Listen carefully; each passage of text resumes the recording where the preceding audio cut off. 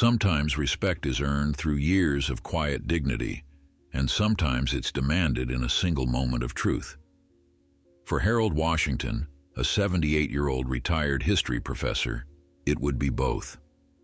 The cabin of Flight 2187 from Atlanta to San Francisco hummed with the usual pre-flight energy. Passengers shuffled down the narrow aisle, stowing bags and settling into their assigned seats. Harold moved deliberately, one careful step after another, his worn leather briefcase clutched firmly in his weathered hands. He found his seat, 14A, a window spot he'd specifically requested when booking the flight 3 months earlier. The window seat wasn't just a preference, it was a necessity. His arthritic hip made it painful to stand repeatedly, and he didn't want to inconvenience others by asking them to move throughout the 5-hour journey. Harold had planned everything meticulously, as he always did. After storing his briefcase beneath the seat in front of him, Harold eased himself down with a quiet sigh of relief. His bones ached from the long walk through the terminal, but he was finally settled. He pulled out a dog-eared copy of James Baldwin's The Fire Next Time, a book he'd read countless times but returned to like an old friend. The flight was nearly full, the atmosphere thick with conversations, crying babies, and the occasional announcement over the intercom. Harold didn't mind the noise. After 43 years of teaching at Morehouse College, he'd mastered the art of finding focus amid chaos. He adjusted his reading glasses and opened his book, disappearing into Baldwin's words as the plane continued to fill. "Excuse me," a sharp voice cut through his concentration. "I think you're in my seat." Harold looked up to see a middle-aged white woman standing in the aisle, her expression a mixture of impatience and certainty.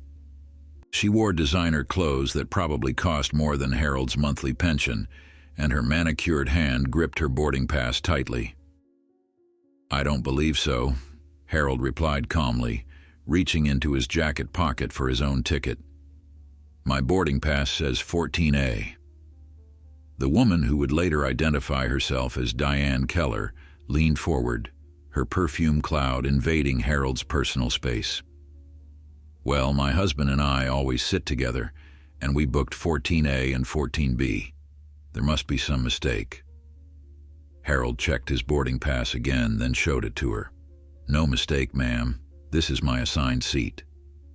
By now, a line had formed behind Diane, passengers waiting to reach their own seats.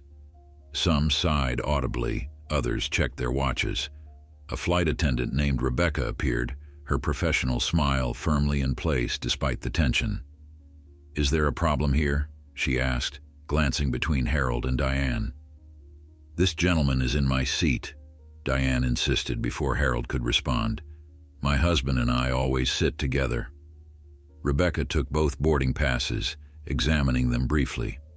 "Ma'am, Mr. Washington is correctly seated in 14A. Your ticket shows you're assigned to 22C. Diane's face flushed. "That's impossible. We specifically requested to sit together. Can't he move to another seat? My husband and I are Premier Platinum members." The way she emphasized those last words made it clear she expected them to carry weight. Harold sat quietly, his hands folded on top of his book, his expression neutral despite the growing discomfort of the situation. Rebecca's smile tightened slightly. "I understand, ma'am, but Mr. Washington is in his assigned seat. We're nearly full today, but I can check if there's another window seat available elsewhere." "I don't want another seat," Diane snapped. "I want this one, next to my husband." She gestured to a man now seated in 14B who looked uncomfortable with the unfolding drama, but made no move to intervene. Harold finally spoke, his voice soft but dignified. "Young lady," he addressed Rebecca, "I specifically booked this seat 3 months ago due to my medical needs. I have arthritis in my hip, and getting up repeatedly would be quite painful." Rebecca nodded sympathetically, but before she could respond, Diane cut in again. "Oh, for heaven's sake, it's just a seat. I'm sure you could manage for a few hours in a different one." She turned to her husband. "Richard, Say something." Richard shifted awkwardly but finally cleared his throat. "Surely there's some arrangement that could be made. We always sit together when we fly." The line behind them had grown longer and the atmosphere more tense. Several passengers were openly watching now, some whispering to each other, others pretending not to notice. "I apologize, but Mr. Washington is entitled to his assigned seat," Rebecca said firmly. "Ma'am, you'll need to take your assigned seat in 22C so we can continue boarding." Diane's face hardened. "This is ridiculous. I want to speak to your supervisor." Rebecca maintained her composure. "I'll be happy to have my lead flight attendant speak with you, but I need to ask you to step aside and allow other passengers to board in the meantime." "I'm not moving until this is resolved," Diane insisted, planting herself firmly in the aisle. Harold closed his book slowly, the weight of decades of similar encounters settling on his shoulders. He'd lived through segregation, through the civil rights movement, through countless moments where he was expected to give way, to compromise, to make himself smaller for someone else's comfort. At 78, he was tired, not just from the walk through the terminal or the ache in his hip, but from a lifetime of these moments. Still, he found himself considering it. Maybe he should just move. It would end the conflict, stop the stares, allow everyone to get on with their day. The thought had barely formed when he felt a hand on his shoulder. A young black woman in the row behind him leaned forward. "Sir, don't you dare move," she whispered, just loud enough for him to hear. "You don't have to." The simple act of solidarity straightened Harold's spine. He looked up at Diane and spoke clearly. "I will not be moving from my assigned seat. I have a right to be here." The lead flight attendant arrived, a tall man named Marcus, who assessed the situation quickly.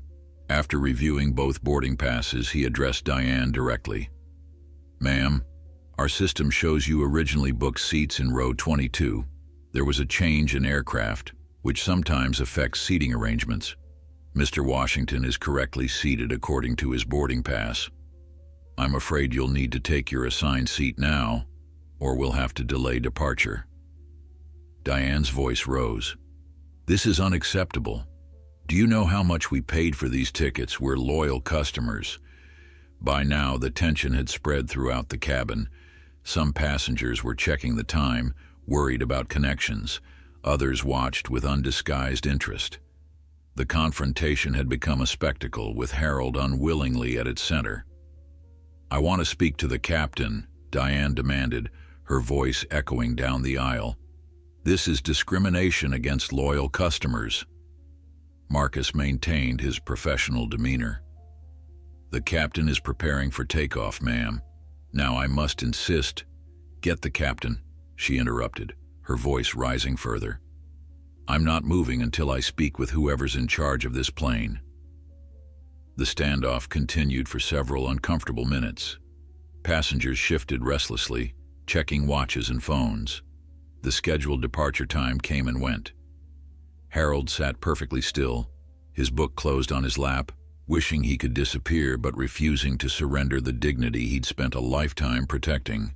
Finally, a new voice entered the fray, authoritative, calm, and unexpectedly present. "Good afternoon, folks. I understand we have a seating issue." The cabin fell silent as Captain Michael Chen, still in his uniform with 4 stripes on the shoulder, stood in the aisle. It was unusual for a pilot to leave the cockpit to handle a passenger dispute, especially before takeoff. Everyone, including Harold, looked up in surprise. "Captain," Marcus began, "this passenger insists on—" "I can explain," Diane interrupted, her tone immediately shifting to something more reasonable. "There's been a mistake with the seating arrangement. My husband and I always sit together, and this gentleman is in what should be my seat." Captain Chen listened, nodding politely. Then he glanced at Harold, noting the book in his lap, the weathered hands, the quiet dignity in his posture. "May I see your boarding passes, please?" the captain asked. After examining both documents, he looked up, his expression neutral but his voice firm. "Ms. Keller, Mr. Washington is in his correctly assigned seat. Our records show he booked this specific seat 3 months ago, while your original booking was for row 22. We're already 15 minutes behind schedule, and I have 183 other passengers who need to reach their destinations on time." Diane opened her mouth to protest, but Captain Chen continued. "We have 2 options here. You can take your assigned seat in 22C, or you can wait for the next flight, where our team will do their best to accommodate your seating preferences." The directness of his tone left no room for argument. Diane's face flushed deeper, but before she could respond, Captain Chen turned to Harold. "Mr. Washington, is everything else to your satisfaction today?" Surprised at being addressed, Harold nodded. "Yes, thank you, Captain." "Excellent. We're honored to have you flying with us." The captain then turned back to Diane. "Your decision, ma'am. We need to depart." The moment hung in the balance, the entire cabin watching to see what would happen next. But what the pilot did in the following moments would transform a routine dispute into something none of the passengers on Flight 2187 would ever forget. A rare moment of justice that would ripple far beyond the confines of the aircraft. With all eyes on her, Diane's composure cracked. "Fine," she muttered, gathering her belongings. "But I'll be filing a complaint about this." Captain Chen nodded once professionally. "That's your right, ma'am. Our customer service team will be happy to address your concerns after we land." As Diane reluctantly made her way toward the back of the plane, Captain Chen turned to the rest of the cabin. "Folks, we appreciate your patience. We'll be departing shortly." He should have returned to the cockpit then. The situation was resolved, the immediate problem solved. But instead, Captain Chen did something unexpected. He knelt beside Harold's seat, bringing himself to eye level with the elderly man. "Mr. Washington," he said, his voice lower now but still clear enough for nearby passengers to hear. "I want to personally apologize for that interaction. That's not how we want any of our passengers to be treated, especially someone who served as an educator for over 4 decades." Harold looked up, surprise evident in his eyes. "How did you know I was a teacher?" Captain Chen smiled. "Morehouse College, right? The pin on your lapel. My father had one just like it. He was class of '68, studied history under Dr. Benjamin Mays." Harold's face softened with recognition. "I was just starting as a teaching assistant under Dr. Mays back then. Your father and I might have crossed paths." "He spoke highly of his professors," Captain Chen said, his voice warm with respect. "Said they taught him not just history but how to stand in it with dignity." Something passed between the 2 men in that moment, a recognition, an understanding that transcended their brief acquaintance. Around them, the cabin had fallen silent, passengers absorbing the unexpected exchange. "Now," Captain Chen continued, rising to his feet, "we have about 5 hours ahead of us. Is there anything you need to make your flight more comfortable?" Harold shook his head. "Just a peaceful journey to see my granddaughter graduate from medical school." Captain Chen's smile widened. "That's a proud occasion. Congratulations to her." He glanced at Richard, still sitting uncomfortably in 14B. "Sir, would you prefer to join your wife in row 22? We could have someone switch with you if you'd like." Richard looked conflicted, glancing toward the back of the plane where Diane had disappeared, then at Harold beside him. I think I'll stay here if that's all right." Captain Chen nodded. "Of course. We'll be taking off shortly. Enjoy your flight, gentlemen." As the captain made his way back to the cockpit, the atmosphere in the cabin had transformed. What had been tense and uncomfortable moments before now felt almost reverential. Passengers who had been staring at their phones looked up, exchanging glances with their neighbors. A few nodded approvingly. Others smiled at Harold, who had reopened his book, but hadn't yet begun reading. The flight attendants resumed their duties, preparing for takeoff with renewed efficiency. Rebecca stopped briefly by Harold's seat, leaning down to speak quietly. "Can I bring you anything before we take off, Mr. Washington? Some water, perhaps, or a pillow for your back?" "Water would be lovely, thank you," Harold replied, touched by the gesture. As Rebecca moved away, Richard cleared his throat awkwardly. I'm sorry about my wife. She can be particular about things." Harold regarded him thoughtfully. "We all have our moments, young man." Richard, who was at least 55, smiled at being called young man. "I suppose we do. Still, that wasn't right." The simple acknowledgement seemed to ease something between them. Not friendship exactly, but a thawing of the ice that had formed during the confrontation. "I'm Richard Keller," he offered, extending his hand. "Harold Washington," Harold replied, accepting the handshake. Their conversation paused as the plane began to taxi, the safety demonstration playing on screens throughout the cabin. Harold watched attentively, as he always did, while Richard stared out the window, his thoughts seemingly elsewhere. Once they were airborne and the seatbelt sign had been turned off, conversations resumed throughout the cabin.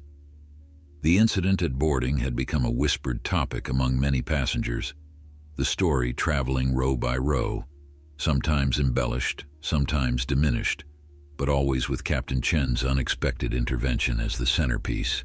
In row 22, Diane sat fuming between a teenage boy engrossed in a video game and an elderly woman who had fallen asleep before takeoff. Her thoughts circled between indignation and embarrassment, landing occasionally on moments where she questioned her own behavior before quickly dismissing such introspection. Back in row 14, Harold had returned to his book, but found it difficult to concentrate.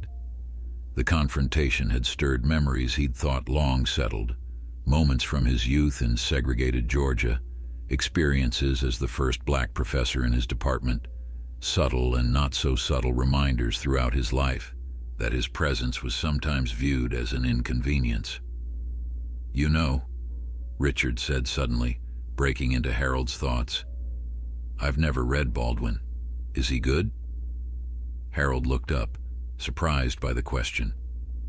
"He's necessary," he answered after a moment. "He makes you see things you might prefer to ignore." Richard nodded, considering this. "My daughter keeps telling me I need to read more diverse authors, says I live in a bubble of privilege. Hard to hear that from your own kid." "Children have a way of speaking truths we'd rather not acknowledge," Harold replied, a hint of amusement in his voice.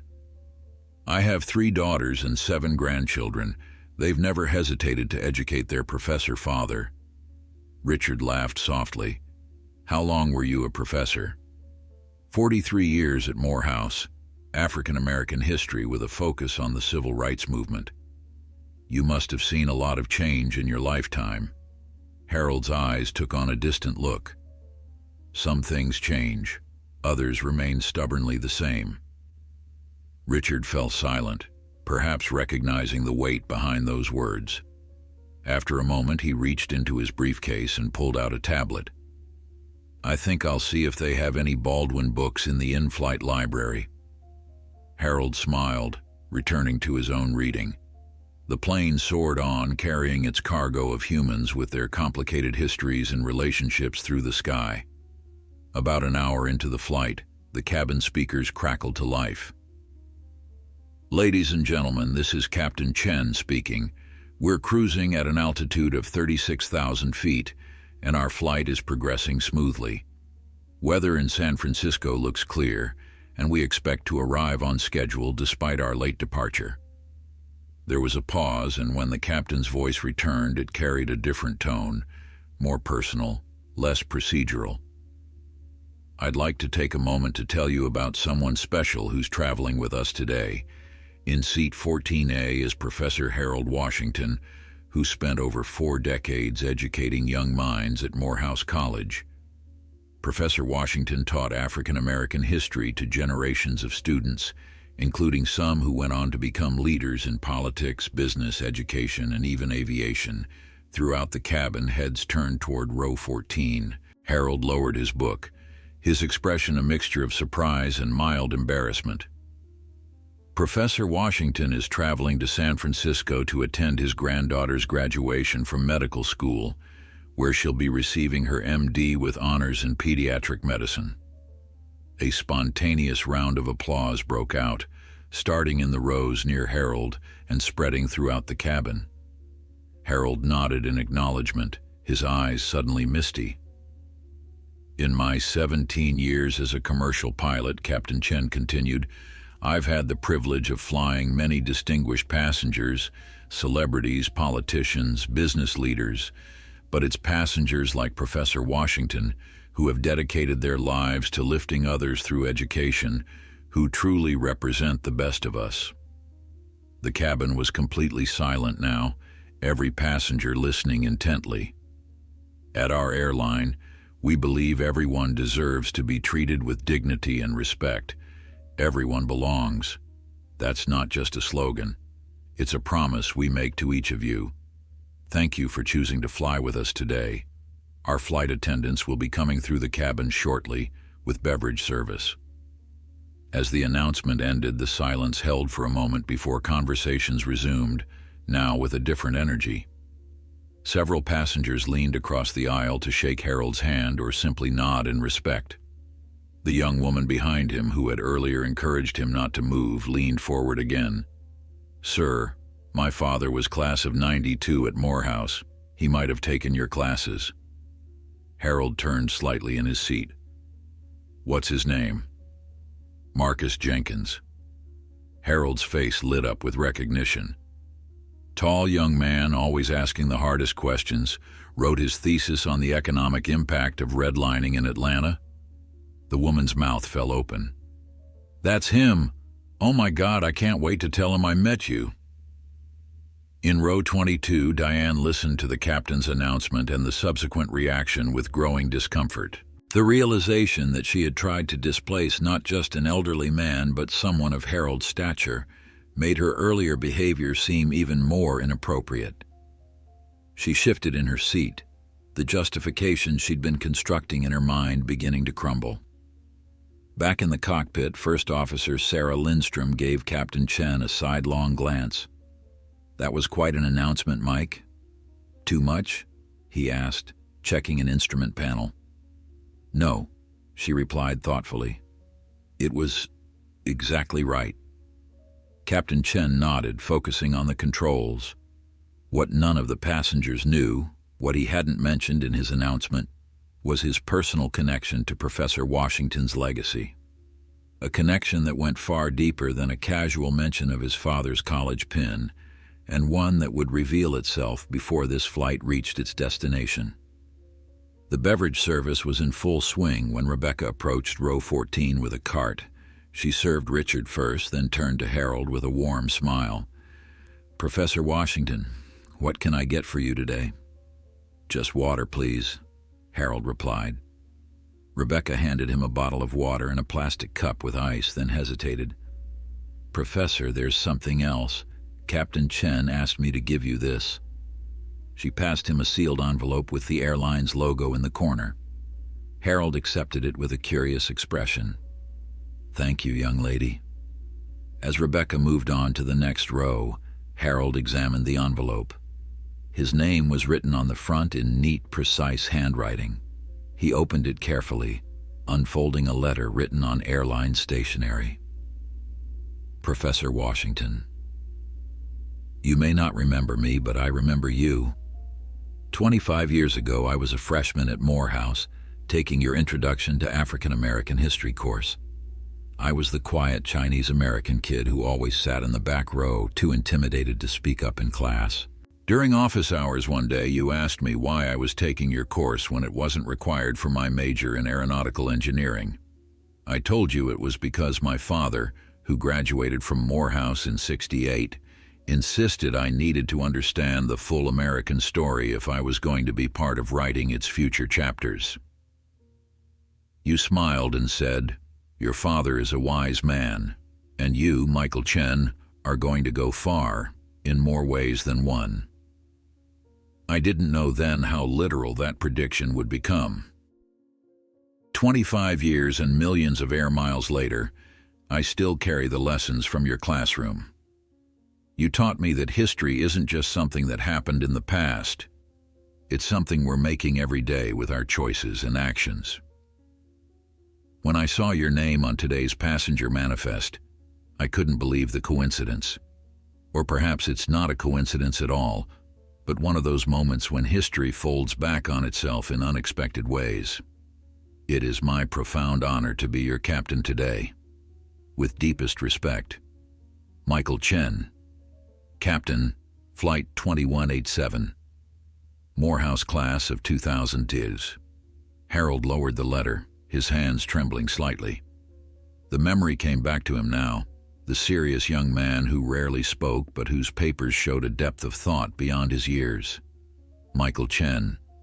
He'd followed his career for a while after graduation, hearing that he'd joined the Air Force before eventually moving to commercial aviation. And now, by whatever twist of fate, that same student was piloting his plane to San Francisco. Richard, noticing Harold's emotional reaction, spoke quietly. "Everything all right?" Harold carefully refolded the letter. "Yes, just remembering." He tucked the letter into his jacket pocket, close to his heart. "You never know, do you? The lives you touch, the seeds you plant.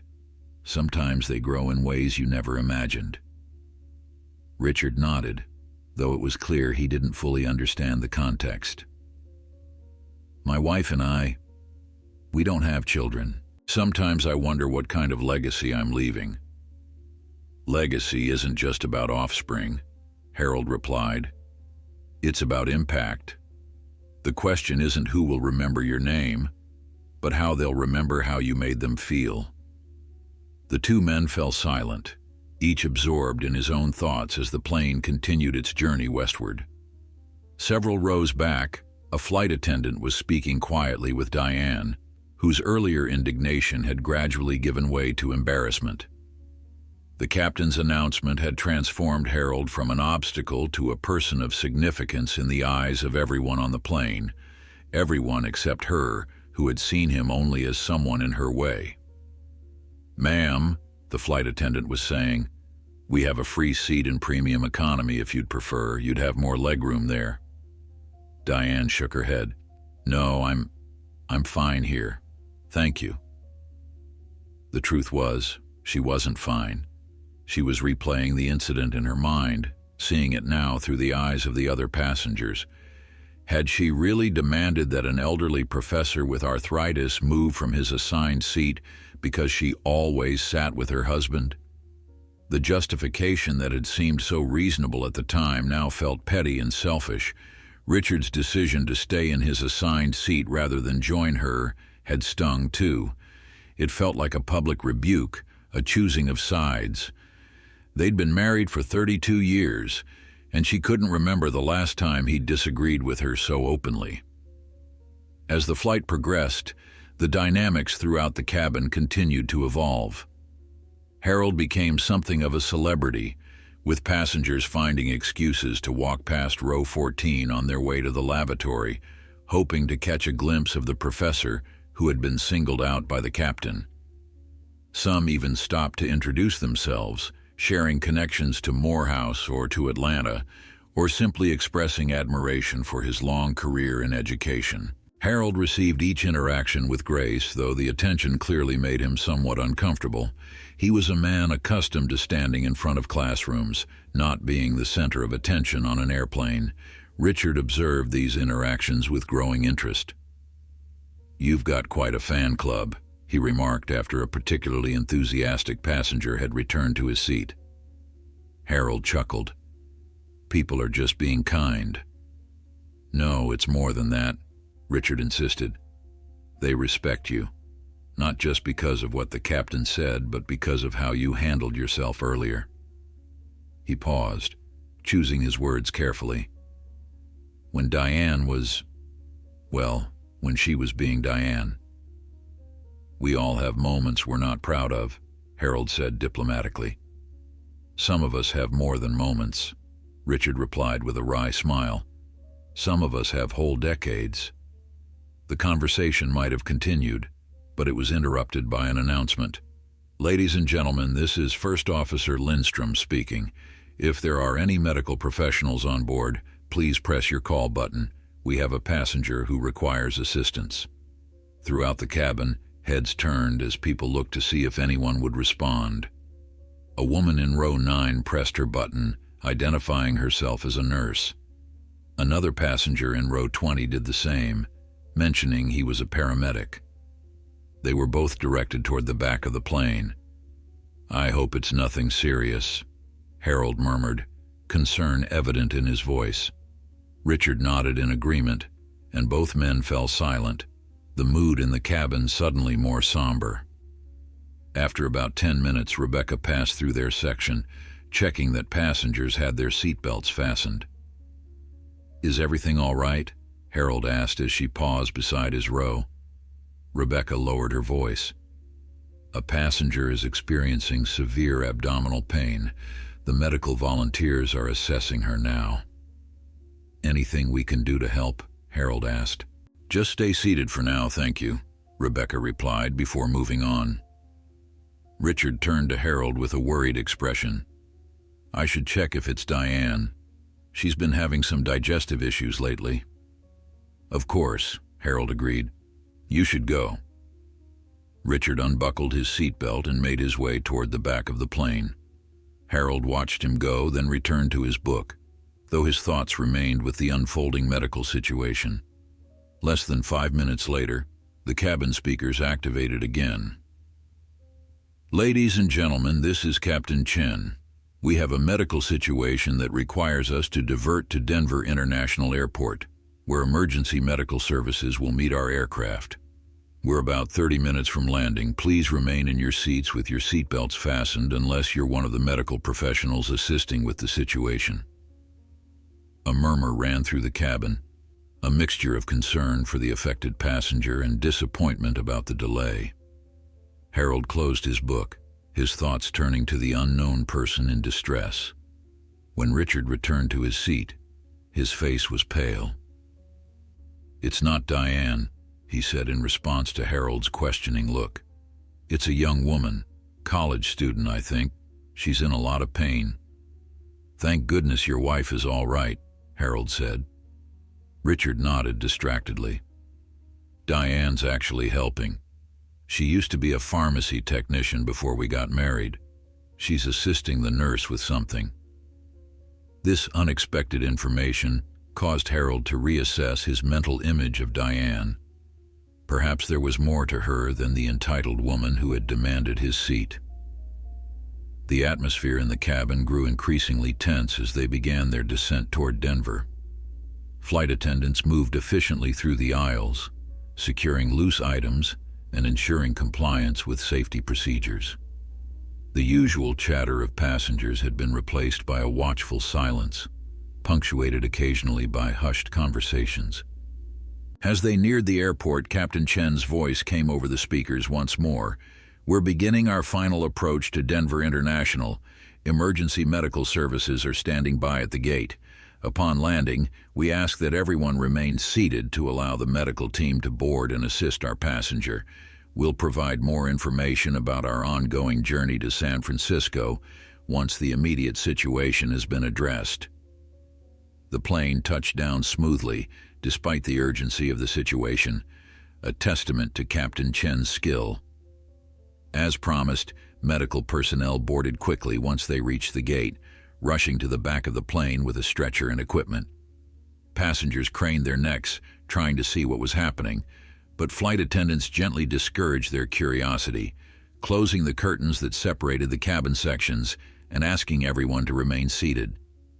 After what seemed like an eternity, but was actually about 15 minutes, the medical team began moving toward the front of the plane with the patient on a stretcher.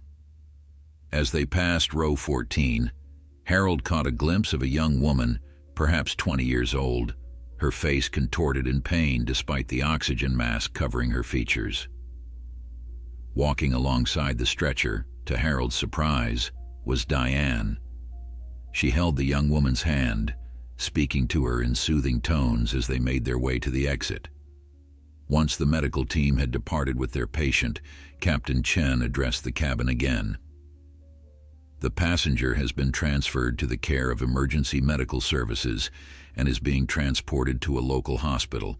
We'll be continuing to San Francisco after refueling, which should take approximately 45 minutes. During this time, you're welcome to stretch your legs in the cabin, but we ask that you remain on board the aircraft.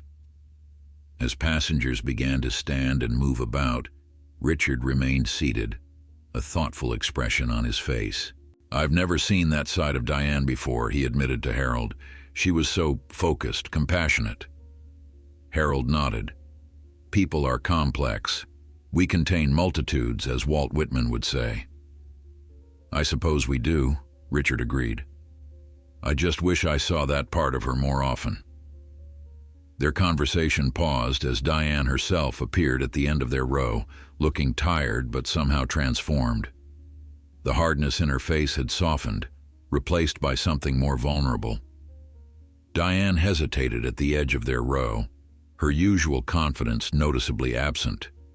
Her hair, previously styled to perfection, was slightly disheveled, and there was a small stain on her designer blouse, physical manifestations of the walls that had begun to crumble within her. "Richard," she said softly, then turned to Harold. "Professor Washington, may I join you for a moment?" Harold gestured to the empty aisle seat beside Richard. "Of course." Diane sat down, folding her hands in her lap. For several seconds she said nothing, as though gathering her thoughts or perhaps her courage. When she finally spoke, her voice had lost the sharp edge it had carried during boarding. "Professor, I want to apologize for my behavior earlier. It was inconsiderate and inappropriate." The words seemed to cost her something, but she pressed on. "There's no excuse for how I treated you." Harold studied her face, seeing the genuine regret in her eyes. "Apology accepted, Mrs. Keller. Please call me Diane." She glanced at her husband, then back to Harold. "The captain's announcement, I had no idea who you were." "Would it have mattered?" Harold asked gently. "If I'd been a factory worker instead of a professor, would my right to my assigned seat be any different?" The question hung in the air between them. Richard shifted uncomfortably, but Diane didn't look away from Harold's steady gaze. "No," she admitted after a moment. "It shouldn't matter. But I probably would have behaved the same way, and that's something I need to think about." Harold nodded, appreciating her candor.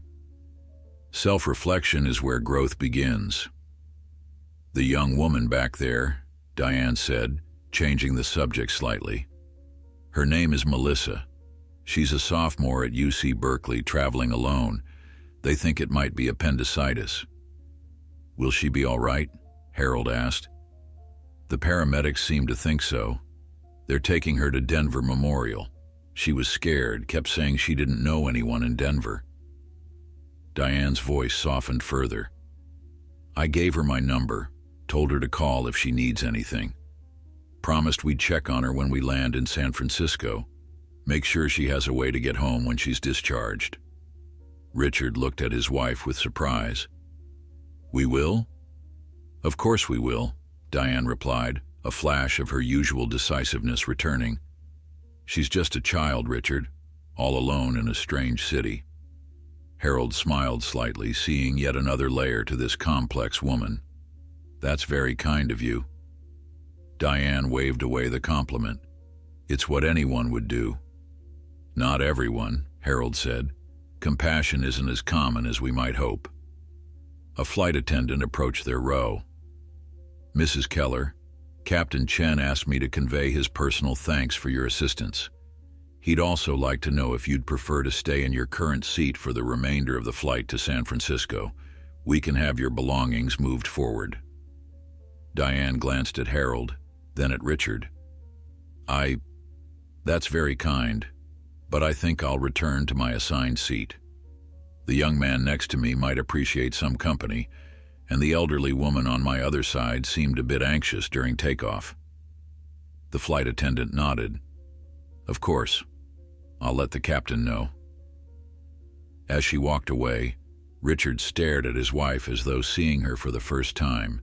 "Who are you and what have you done with my wife?" he asked, only half joking. Diane's lips curved into a small smile. "People can change, Richard. Sometimes they just need a wake-up call." She stood, smoothing her skirt. "I should get back to my seat before we take off again."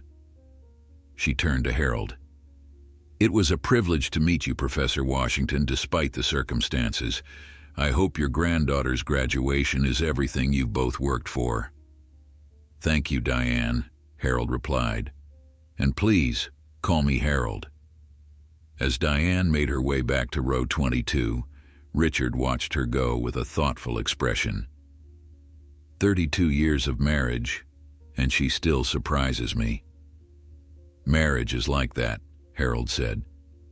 "My Evelyn and I had 53 years together before she passed, and she never stopped surprising me." 53 years, Richard echoed.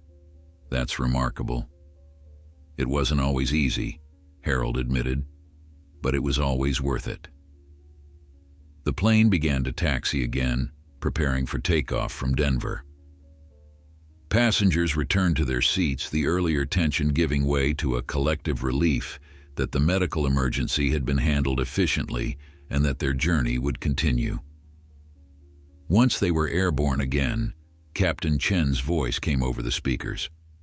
"Ladies and gentlemen, we're back on our way to San Francisco.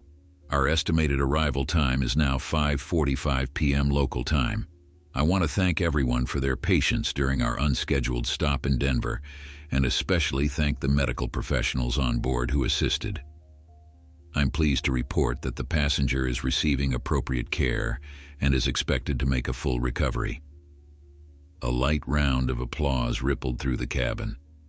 Captain Chen continued, "To thank you for your understanding, our flight attendants will be offering complimentary beverages, including alcoholic options, for the remainder of the flight."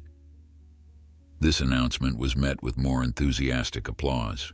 The mood in the cabin lightened noticeably as passengers settled back into the routine of air travel, reading books, watching movies on seatback screens, or chatting with their neighbors. Harold reopened his Baldwin book, but found himself distracted by memories stirred up by Captain Chen's letter. He remembered the quiet, serious young man who had sat in the back of his classroom, diligently taking notes but rarely speaking up. Michael had been one of the few non-black students at Morehouse back then, following in his father's footsteps despite having other prestigious options. "Penny for your thoughts?" Richard asked, noticing Harold's distant expression. Harold closed his book. "I was just thinking about Captain Chen. He was my student many years ago, though I didn't recognize his name until he sent me that letter." "Really?" Richard seemed genuinely interested. "What was he like as a student?" "Brilliant, thoughtful, always prepared but reluctant to draw attention to himself." Harold smiled at the memory. "I used to call on him deliberately, knowing he'd have something valuable to contribute. He wrote his thesis on the intersection of race and technology in post-war America, how segregation affected innovation, and who got credit for scientific advancements." "Heavy topic for an aeronautical engineering major," Richard observed. "That was Michael," Harold agreed, "always making connections across disciplines, seeing patterns others missed." He gestured toward the cockpit. "And now he's literally connecting people across distances, bringing them safely from one place to another." As they talked, the plane encountered some turbulence, causing the seatbelt sign to illuminate. The flight attendants secured their carts and took their seats, while passengers who had been standing in the aisles returned to their places. "Ladies and gentlemen, this is Captain Chen," came the announcement. "We're experiencing some light turbulence as we pass through a weather system. Please return to your seats and keep your seatbelts fastened until the sign has been turned off. The plane dipped and shuddered, drawing a few nervous gasps from passengers. Harold gripped his armrests, his knuckles whitening slightly. "Not a fan of turbulence?" Richard asked, noticing Harold's reaction. "Never have been," Harold admitted. "Evelyn used to tease me about it. Said for someone who flew so often to give lectures, I should have gotten used to it." "My father was the same way," Richard said. "Tough as nails in every other aspect of life. But put him on a plane with a little bumpy air, and he'd turn white as a sheet." The shared vulnerability seemed to further bridge the gap between the two men. As the turbulence continued, they exchanged stories about their families.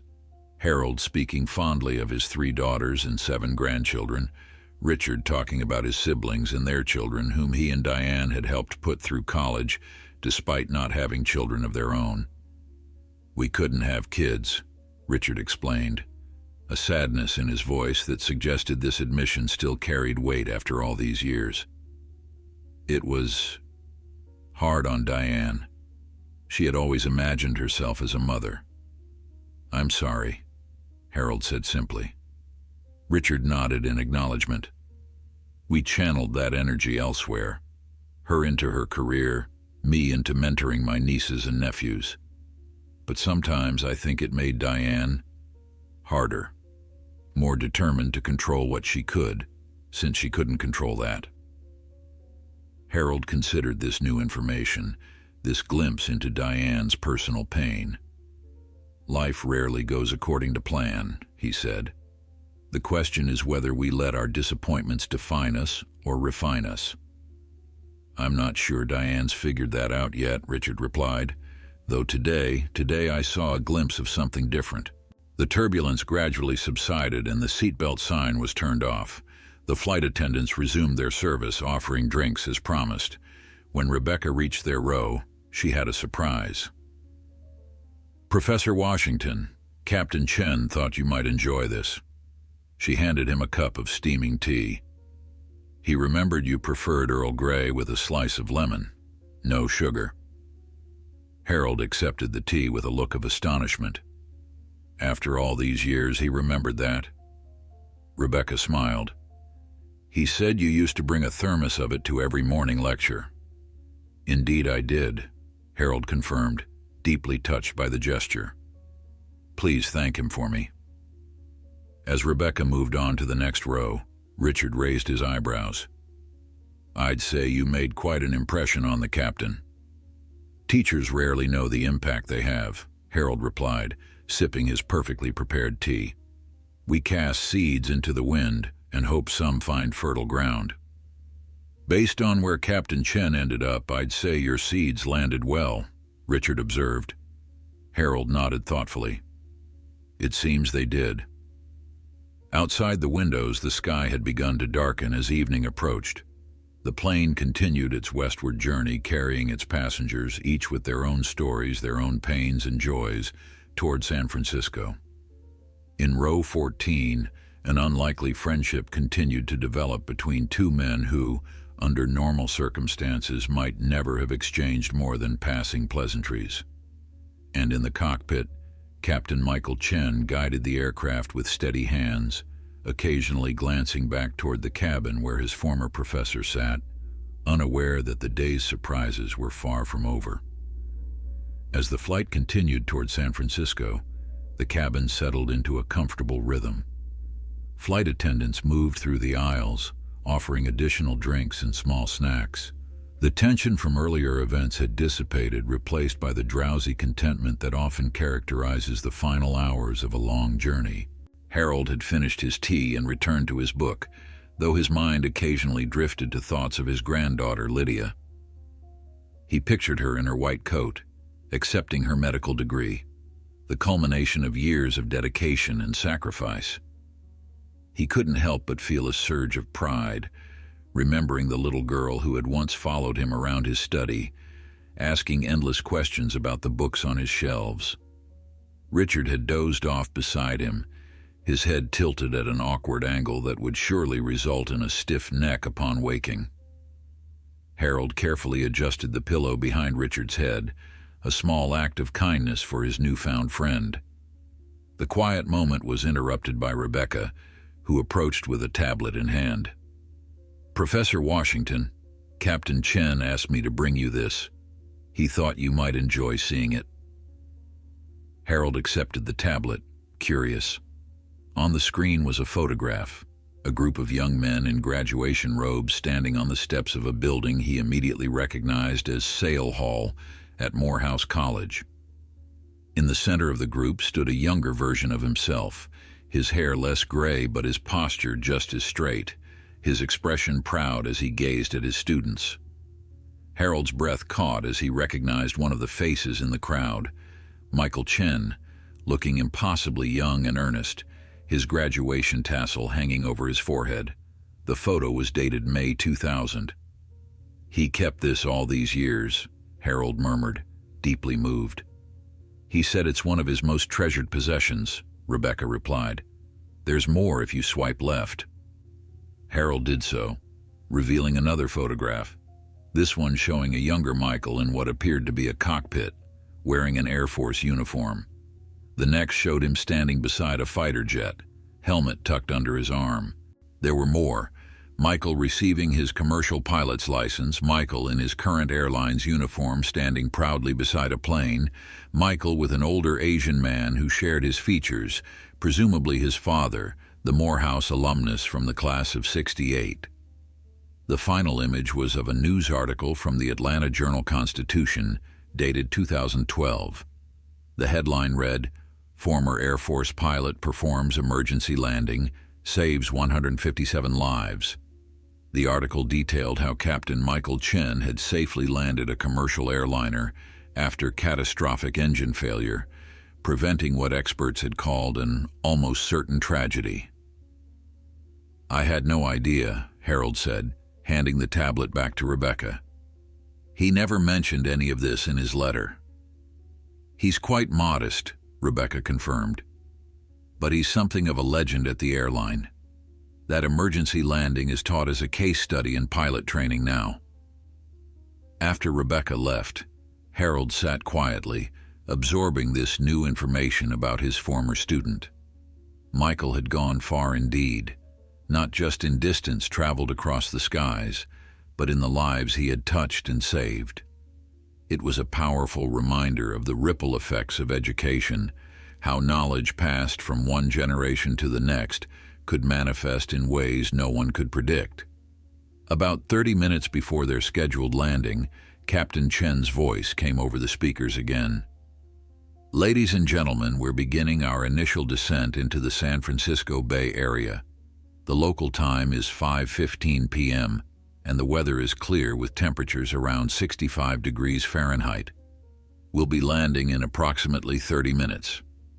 He paused, then continued with a more personal tone. "I'd also like to take this opportunity to invite our special guest, Professor Harold Washington, to visit the cockpit after we land. If you could remain seated when we reach the gate, Professor, one of our flight attendants will escort you forward once the other passengers have deplaned." Murmurs of interest spread through the cabin, and several passengers glanced toward Harold with renewed curiosity. Richard, who had awakened during the announcement, turned to Harold with raised eyebrows. "Quite the VIP treatment," he remarked. Harold shook his head, slightly embarrassed by the attention. "Hardly necessary." "I disagree," came a voice from behind them. Both men turned to see the young woman who had earlier mentioned her father was a Morehouse graduate. "It's important to recognize the people who make a difference. My dad always said his professors at Morehouse didn't just teach him subjects, they taught him how to be a man of purpose." Harold nodded in acknowledgement, touched by her words. "That's very kind of you to say." As the plane began its descent in earnest, passengers stowed their belongings and prepared for landing. The sprawling expanse of the Bay Area came into view outside the windows, the iconic Golden Gate Bridge visible in the distance, the city's hills catching the late afternoon sunlight. The landing was smooth, a testament to Captain Chen's skill. As the plane taxied toward the gate, passengers began gathering their belongings, the usual end-of-flight rustling and murmuring filling the cabin. "Ladies and gentlemen, welcome to San Francisco International Airport," came the standard announcement.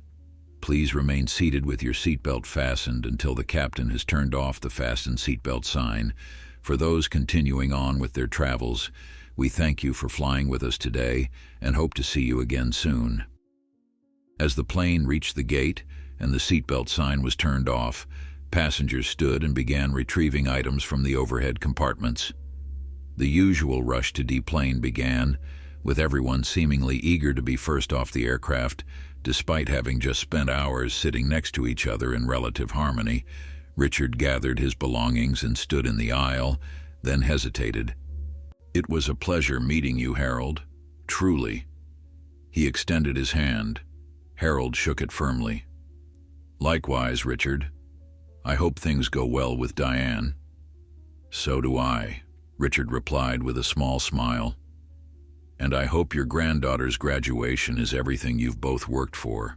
He turned to leave, then paused again. "You know, when we boarded this flight, I never would have imagined—" He trailed off, seemingly unable to articulate the unexpected journey they had shared.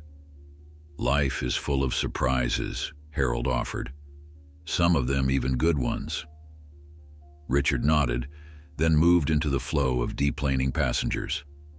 A few moments later, Harold spotted Diane in the aisle. She caught his eye and offered a small wave and a genuine smile before following her husband off the plane. As the cabin emptied, Rebecca approached Harold's seat. "Professor, if you're ready, I can escort you to the cockpit now." Harold gathered his belongings and followed her toward the front of the plane. The other flight attendants nodded respectfully as he passed, and one even thanked him for his years of service to education. At the cockpit door, Rebecca knocked lightly. "Captain, Professor Washington is here." The door opened, revealing Captain Chen still in his uniform, his captain's hat tucked under his arm. For a moment, the two men simply looked at each other, the teacher and the student, connected across decades by chance and choice. Then Michael stepped forward and did something that surprised everyone watching. He embraced Harold warmly. "Professor Washington," he said, his voice thick with emotion. "Welcome to my classroom." Harold returned the embrace, patting Michael's back. "Captain Chen, it seems you've done well for yourself." Michael stepped back, gesturing toward the cockpit. "Please come in. Meet my co-pilot, First Officer Lindstrom." Sarah Lindstrom stood and extended her hand. "It's an honor, Professor. I've heard nothing but amazing things about you for the past 5 hours." Harold chuckled. "I hope the captain hasn't been embellishing too much." "If anything, I've understated your influence," Michael replied. He gestured to the captain's seat. "Would you like to sit? Not many people get to see the view from this perspective." Harold carefully lowered himself into the seat, taking in the complex array of instruments and controls before him. Through the windshield, he could see the bustling activity of the airport, ground crew directing planes, baggage handlers loading and unloading cargo, the choreographed dance of modern air travel. "Quite a view," he remarked. "It never gets old," Michael agreed. He hesitated, then continued. "Professor, there's something I haven't told you yet, something important." Harold looked up, curious. "My father passed away last year," Michael said quietly. "Lung cancer." In his final weeks, he talked a lot about his time at Morehouse, the professors who shaped him, the experiences that defined him. He mentioned you several times. "I'm sorry for your loss," Harold said sincerely. "Your father was an excellent student from what I recall, thoughtful, principled." Michael nodded. "He was, and he passed those qualities on to me, along with his belief in the importance of education. When I saw your name on the passenger manifest today, it felt like, I don't know, like he had somehow arranged it."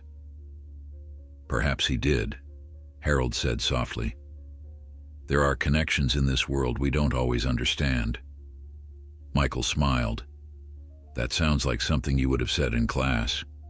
Some lessons bear repeating, Harold replied with a slight smile of his own. Sarah, sensing the personal nature of their conversation, excused herself tactfully, leaving the two men alone in the cockpit. I have something for you, Michael said, reaching into his flight bag. He pulled out a small, wrapped package. I was going to mail it to Morehouse, hoping they could forward it to you, but now I can give it to you in person. Harold accepted the package, unwrapping it carefully. Inside was a small wooden box with the Morehouse College emblem carved into its lid. When he opened it, he found a vintage fountain pen, a Parker 51, similar to one he had used for decades before it was lost during a move in the early 2000s. It was my father's, Michael explained. He bought it after taking your class on the Harlem Renaissance, said it made him feel connected to those writers you taught him about. Hughes, Hurston, Cullen. He wanted you to have it. Harold stared at the fountain pen in his hands, momentarily at a loss for words. He ran his fingers along its smooth barrel, remembering how many of his own thoughts had once flowed through a similar instrument. Lecture notes, article drafts, personal letters, and countless comments in the margins of student papers.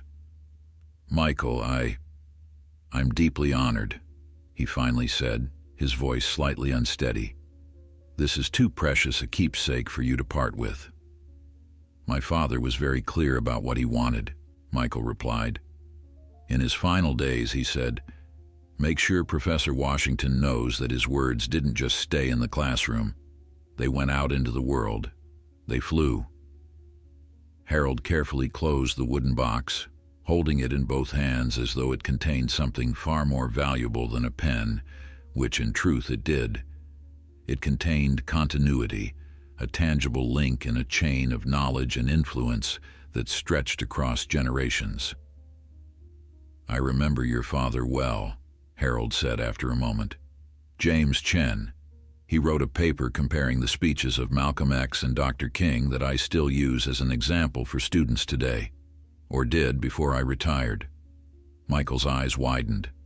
You kept his paper all these years? Harold nodded. I kept the best work from each class. Your father had a gift for language, for finding the humanity in historical figures others often flattened into mere symbols. He smiled at a memory. He once defended Malcolm X so passionately in a class debate that two students changed their positions on the spot, not because he was loud or forceful, but because his argument was undeniable. That sounds like Dad, Michael said softly. He approached everything with that same quiet intensity, whether it was advocating for better schools in our neighborhood or teaching me to change the oil in my first car. He gestured toward the cockpit around them. He's the reason I became a pilot, you know. He took me to an air show when I was 10, introduced me to a Tuskegee airman who was there, told me that flying wasn't just about defying gravity, it was about defying expectations. The two men sat in companionable silence for a moment, surrounded by the sophisticated technology of the modern aircraft, yet connected by something far more ancient. The timeless bond between teacher and student, the passing of wisdom from one generation to the next. Your announcement earlier, Harold said, changing the subject slightly, about my teaching career, my granddaughter's graduation. How did you know all that? Michael smiled. I have my sources. Actually, I called my mother after I saw your name on the manifest. She's still in touch with some Morehouse alumni who keep up with retired professors. Word travels fast in that network. Indeed it does, Harold agreed with a chuckle. Sometimes I think the Morehouse alumni grapevine is more efficient than the internet. It definitely predates it, Michael replied with a laugh. Their conversation was interrupted by a knock on the cockpit door. Sarah Lindstrom poked her head in. Sorry to interrupt, but ground operations is asking about our departure time frame. We're scheduled to turn this aircraft around for the evening flight to Chicago. Michael nodded. Tell them we'll be clearing the aircraft in 10 minutes. He turned back to Harold. I wish we had more time to catch up. As do I, Harold agreed. But I should be on my way. My granddaughter is expecting me. Of course. Michael stood and reached for Harold's briefcase. Let me help you with that. I can manage, Harold assured him, but Michael insisted. Please, Professor, allow me this small courtesy. Together they exited the cockpit and walked through the now empty cabin toward the aircraft door. Rebecca and the other flight attendants stood at attention, offering Harold warm smiles and nods of respect. At the door, Michael set down Harold's briefcase and extended his hand. Thank you, Professor Washington, for everything. Harold shook his hand firmly. Thank you, Captain Chen, for the reminder that our work continues in ways we can't always see. Michael hesitated, then asked, would it be possible to keep in touch? I'd love to hear about your granddaughter's graduation and perhaps share some of my own stories from the years since Morehouse. I'd like that very much, Harold replied, taking out his phone. They exchanged contact information, promising to meet for dinner before Harold returned to Atlanta. As Harold prepared to exit the aircraft, Michael had one final question. Professor, I've always wanted to ask, what made you call on me that first day in class? I was trying so hard to be invisible in the back row. Harold smiled. Because you were trying so hard to be invisible. The ones who hide often have the most to offer, if only someone invites them to speak. He patted Michael's shoulder. And I was right about you, wasn't I? With that, Harold made his way up the jetway, his gait slow but purposeful, the wooden box with its precious fountain pen tucked safely in his jacket pocket, close to his heart. In the terminal, Harold was surprised to see a familiar face waiting near the gate, Richard Keller standing alone with his carry-on bag beside him. Richard, Harold greeted him. I thought you'd be long gone by now. Richard shifted his weight from one foot to the other, looking slightly uncomfortable. I wanted to make sure you got off the plane all right, and to say goodbye properly. He paused, then added, Diane's gone to check on that young woman, Melissa. She called the hospital in Denver and found out they're keeping her overnight for observation before surgery tomorrow morning. Appendicitis, just as they suspected. That's very thoughtful of her, Harold said. She's arranging for flowers to be sent, Richard continued, a note of wonder in his voice, and looking into options to help Melissa get back to San Francisco when she's recovered. Harold smiled. It seems your wife found something important today. What's that? Perspective, Harold replied simply. Richard nodded thoughtfully. I think you're right. He glanced at his watch. I should go find her. We have a dinner reservation at 7:30. He extended his hand once more. It was truly an honor meeting you, Harold. I have a feeling this flight changed something for both of us.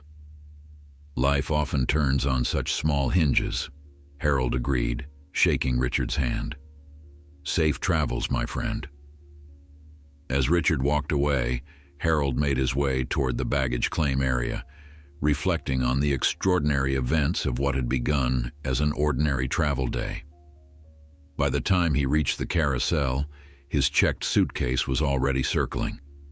He retrieved it and headed toward the exit where his granddaughter had promised to meet him. Lydia Washington was easy to spot in the crowd, tall like her grandfather, with the same determined set to her jaw and bright, intelligent eyes. When she saw Harold, her serious expression melted into a radiant smile. She rushed forward, enveloping him in an enthusiastic embrace that nearly knocked him off balance. "Grandpa, you made it!" Her voice was filled with genuine delight, making Harold feel like the most important person in the world, a gift his granddaughter had possessed since childhood. "Of course I made it," he replied, returning her hug. I wouldn't miss your graduation for anything in the world." Lydia stepped back, keeping her hands on his shoulders as she looked him over. "How was the flight?" "Uneventful, I hope." Harold chuckled. "Actually, it was quite the opposite. I have quite a story to tell you." "Can't wait to hear it," Lydia said, taking his suitcase. "But first, let's get you settled. You must be exhausted." "Not as much as you might think," Harold replied as they walked toward the parking garage. It was an invigorating journey.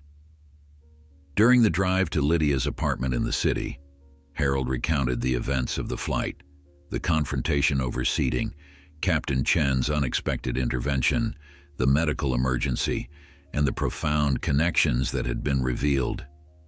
Lydia listened with rapt attention, occasionally shaking her head in disbelief or laughing at the more surprising turns in the story.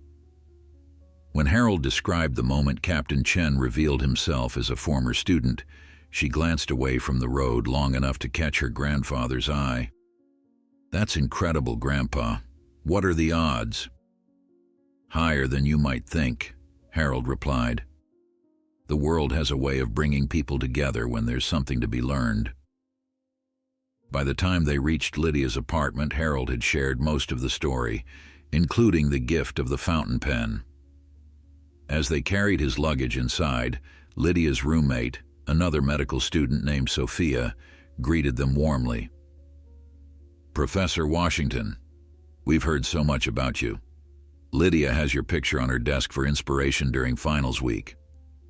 "Does she now?" Harold glanced at his granddaughter with raised eyebrows. Lydia looked slightly embarrassed.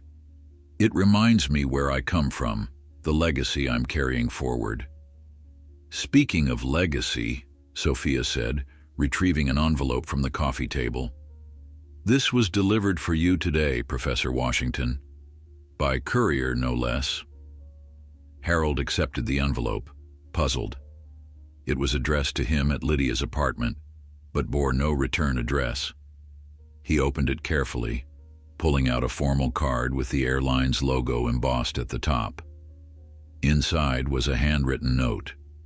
"Professor Washington, in recognition of your extraordinary contribution to education and your impact on our airline family through your mentorship of Captain Chen, we would like to invite you and your granddaughter, Dr. Lydia Washington, to be our honored guests at this year's Aviation Achievement Gala, to be held in San Francisco on Saturday evening. Captain Chen has requested the honor of presenting you with our Lifetime Impact Award, which recognizes individuals whose influence extends far beyond their professional field. Transportation and accommodations will be provided. Please contact my office at your earliest convenience to confirm your attendance. With deepest respect, Eleanor Ramsey, Chief Executive Officer. Harold stared at the invitation, astonished. The Lifetime Impact Award was one of the most prestigious recognitions in the industry, typically reserved for pioneers in aviation and aerospace. "Grandpa, this is incredible," Lydia exclaimed, reading the invitation over Harold's shoulder. "The Aviation Achievement Gala is a huge event. They feature it in all the medical journals when they present their advances in aerospace medicine." Harold shook his head in disbelief. "It doesn't make sense. I've never done anything in aviation. I'm just a history professor who happened to teach a student who became a pilot." "Clearly Captain Chen thinks you did more than that," Sophia remarked, setting down a tray with tea for their guest. "And apparently, so does the CEO of a major airline." Harold carefully placed the invitation back in its envelope. "It's very kind, but I came to San Francisco to see my granddaughter graduate, not to attend galas." "The graduation isn't until Monday," Lydia pointed out. "The gala is Saturday. We can do both." Her eyes sparkled with excitement. "Come on, Grandpa. How often does something like this happen? It would mean so much to Captain Chen." Harold considered her words. The invitation had touched him deeply. though he was uncomfortable with such public recognition. Throughout his career, he had preferred to work quietly, letting his students' achievements speak for his success as an educator. Still, he couldn't deny the significance of the moment, a chance to honor not just his own work, but the connections that made it meaningful. "You'll need a tuxedo," Lydia said, correctly interpreting his thoughtful silence as acquiescence. "I haven't worn a tuxedo since your grandmother and I attended the Congressional Black Caucus Foundation dinner in 2010, Harold mused. "I doubt it still fits." "We'll rent you one," Lydia declared, already pulling out her phone to search for options. "And I'll need a dress, something elegant but professional." "You should wear blue," Harold suggested. "Your grandmother always said it was your color." Lydia's expression softened at the mention of her grandmother. "I miss her wisdom at times like these." "She's here," Harold said quietly, tapping his chest. "Just as she's in you, in that brilliant mind that's about to earn a medical degree." Evelyn would be bursting with pride. The next morning, after a restful night in Lydia's guest room, Harold called the number on the invitation to accept. The assistant who answered seemed genuinely delighted by his response and assured him that all arrangements would be made for his and Lydia's comfort. "Ms. Ramsey was hoping you might be willing to say a few words when you accept the award, Professor Washington," the assistant mentioned. "Nothing formal, just whatever comes to mind about your experience mentoring Captain Chen." "I'll consider it," Harold replied, not quite committing but not refusing either. After the call, Harold and Lydia set out to find appropriate attire for the gala. They spent the morning visiting various shops in Union Square, where Lydia insisted on treating her grandfather to a new tuxedo rather than a rental. "Consider it an early birthday present," she said when he protested the expense. "Besides, every distinguished professor should own at least one good tuxedo." By early afternoon, they had completed their shopping. A classic black tuxedo for Harold and an elegant sapphire blue gown for Lydia. As they exited the last shop, Harold spotted a familiar couple across the street, emerging from a high-end jewelry store. "Richard? Diane?" he called out before he could think better of it. The couple turned, looking momentarily confused until recognition dawned on their faces. Richard smiled broadly and guided Diane across the street to greet them. "Harold, what a wonderful coincidence," Richard exclaimed, shifting his shopping bags to shake Harold's hand. "Are you enjoying San Francisco?" "Very much," Harold replied. "Allow me to introduce my granddaughter, Dr. Lydia Washington, or she will be Dr. Washington after Monday's graduation." "Congratulations," Diane said, her tone warm and genuine, a marked difference from the woman Harold had first encountered on the plane. "Medical school is an extraordinary achievement." "Thank you," Lydia responded, clearly curious about these strangers who seemed so familiar with her grandfather. "Lydia, these are Richard and Diane Keller," Harold explained.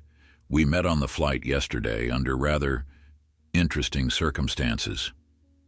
Understanding flickered in Lydia's eyes as she connected these names to the story Harold had shared. "Oh, it's a pleasure to meet you both." "The pleasure is ours," Richard assured her. He gestured to their shopping bags. "It appears we've all been on similar missions today." "Shopping for the Aviation Achievement Gala by any chance?" Diane asked, noticing the garment bags they carried.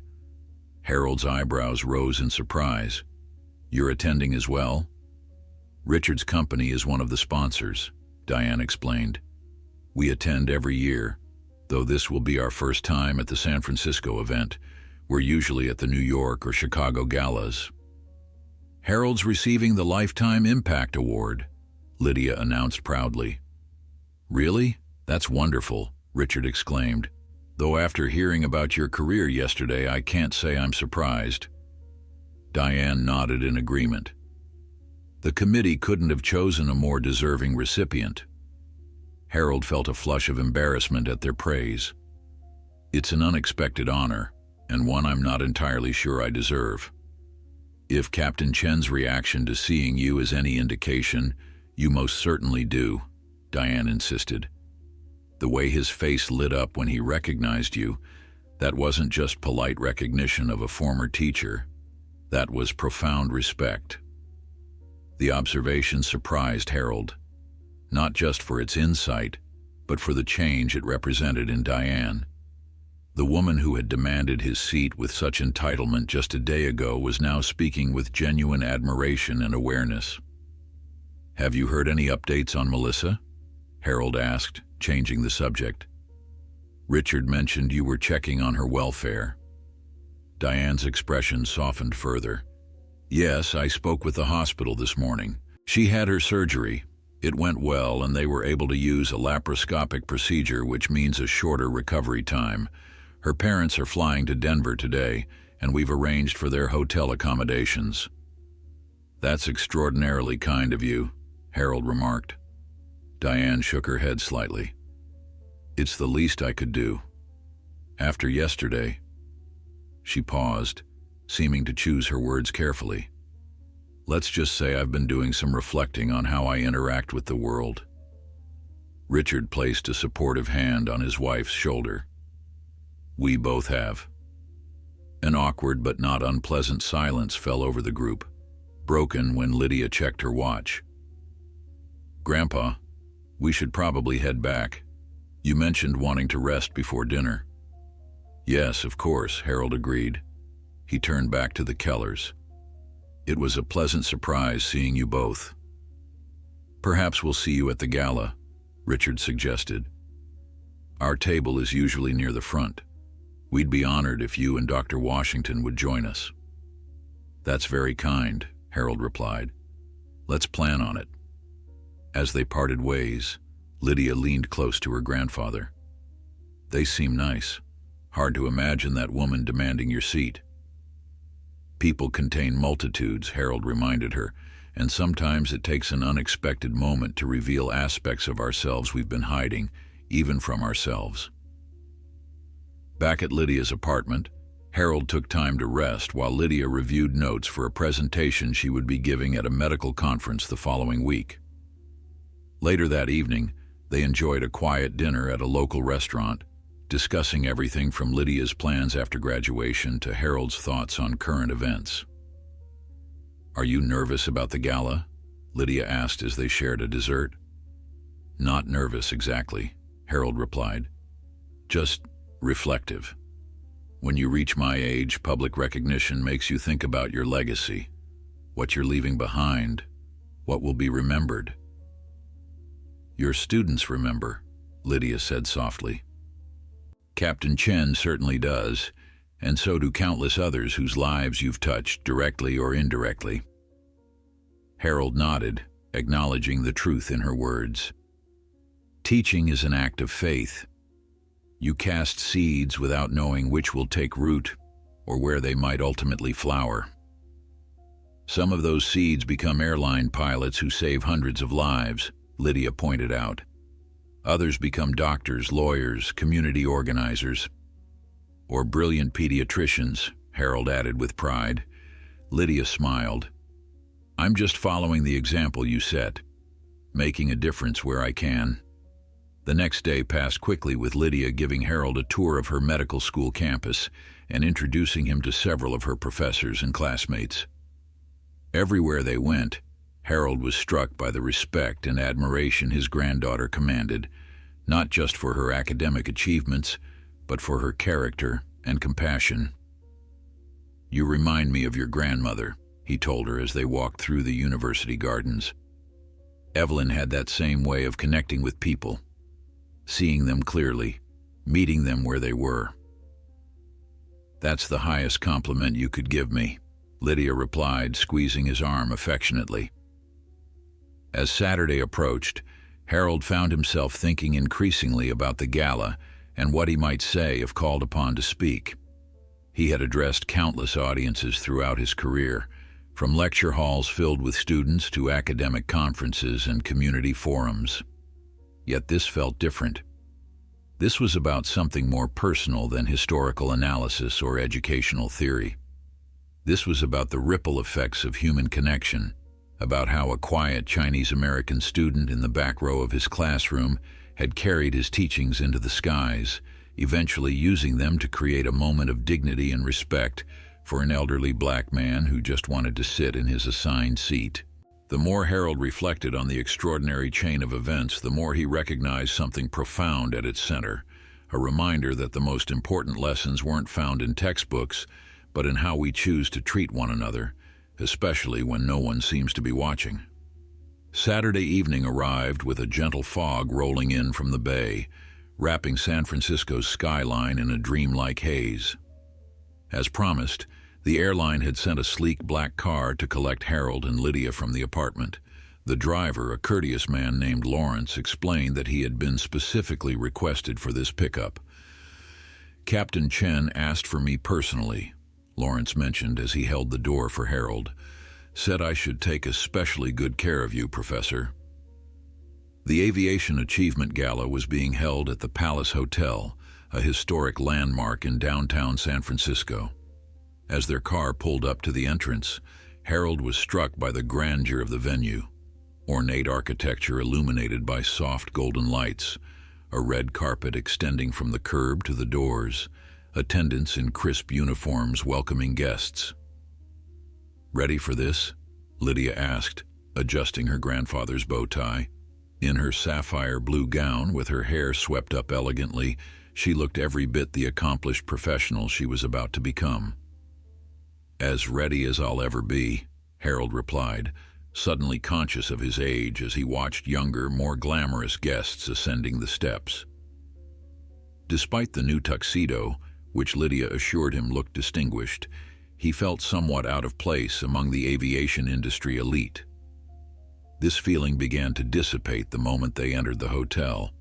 A young woman in a tailored suit approached them immediately, her expression brightening with recognition. "Professor Washington?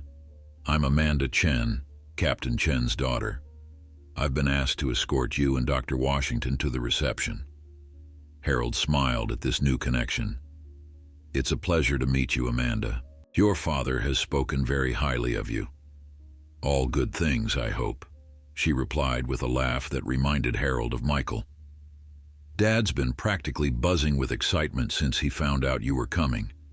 I haven't seen him this animated since I got accepted to Stanford." She led them through the magnificent lobby, with its stunning glass dome ceiling and marble columns, into a ballroom where the reception was being held. The space was filled with industry leaders, government officials, and celebrities, all mingling beneath crystal chandeliers as servers circulated with champagne and hors d'oeuvres. "There's my father now," Amanda said, gesturing toward a corner of the room where Captain Chen stood in his formal uniform, deep in conversation with several other pilots. When Michael spotted them, he immediately excused himself and made his way through the crowd. He looked different out of the cockpit, more relaxed, yet somehow more imposing in his dress uniform with its gold stripes and polished buttons. "Professor Washington," he greeted Harold warmly, taking his hand in both of his own. "And this must be Dr. Washington. It's an honor to meet you." "Almost Dr. Washington," Lydia corrected with a smile. "Not official until Monday." "A technicality only," Michael replied.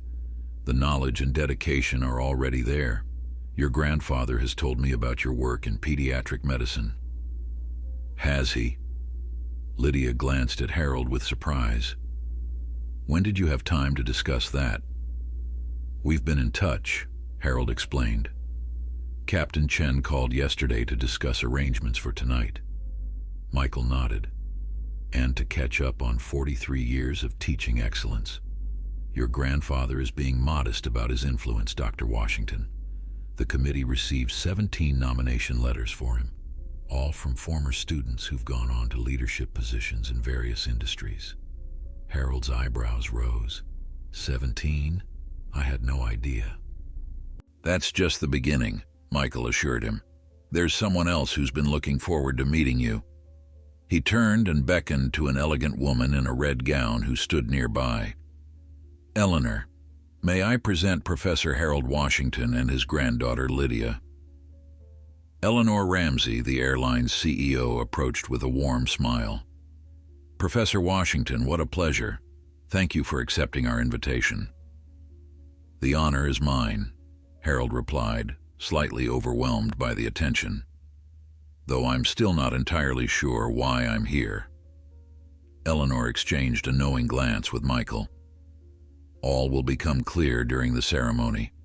For now, please enjoy the reception. I believe your table companions are already here, the Kellers. Michael mentioned you'd formed a connection with them on your flight. Yes, we've arranged to sit together, Harold confirmed, impressed by the level of detail in the planning. Excellent. I'll see you both at the ceremony. Eleanor excused herself to greet other guests, leaving Michael to guide Harold and Lydia through the reception. As they made their way across the room, Harold was surprised by how many people seemed to recognize him. Several approached to introduce themselves, mentioning connections to Morehouse or colleagues who had spoken of his work. One woman, a senior executive at a major aerospace company, clasped his hand tightly and thanked him for inspiring her son to pursue African American studies alongside his engineering degree. He said your guest lecture at MIT changed his perspective entirely, she explained. Made him understand that technical knowledge without historical context creates innovation without conscience. Harold remembered the lecture, a one-time appearance during a conference in Boston nearly a decade earlier. He'd had no idea anyone had been so deeply affected by his words. By the time they reached Richard and Diane's table, Harold was feeling slightly dazed by the unexpected recognition. The Kellers greeted them warmly, looking elegant in their formal attire.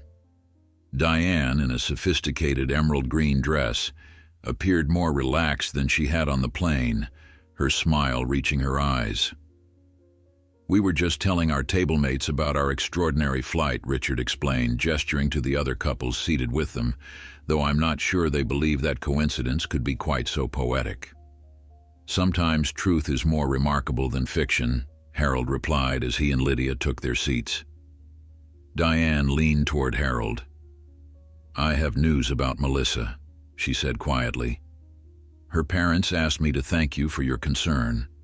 The surgery went perfectly, and they're expecting to bring her back to San Francisco by Wednesday. I'm glad to hear it, Harold replied, touched that Diane had continued to follow up on the young woman's well-being, and kind of you to stay involved. It feels right, Diane said simply, a response that spoke volumes about her evolution since their first encounter. As dinner was served, Harold found himself engaged in surprisingly pleasant conversation with the Kellers and their friends. The atmosphere at the table was relaxed and convivial, with Lydia charming everyone with stories from her medical training and Richard sharing anecdotes from his years in international business. Harold noticed that Diane spoke less but listened more, a significant change from the woman who had demanded attention on the plane. When she did contribute, her comments were thoughtful and often insightful, revealing an intelligence that had been obscured by her earlier behavior.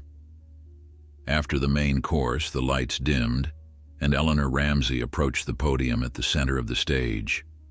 The room quieted as she welcomed everyone to the 35th Annual Aviation Achievement Gala.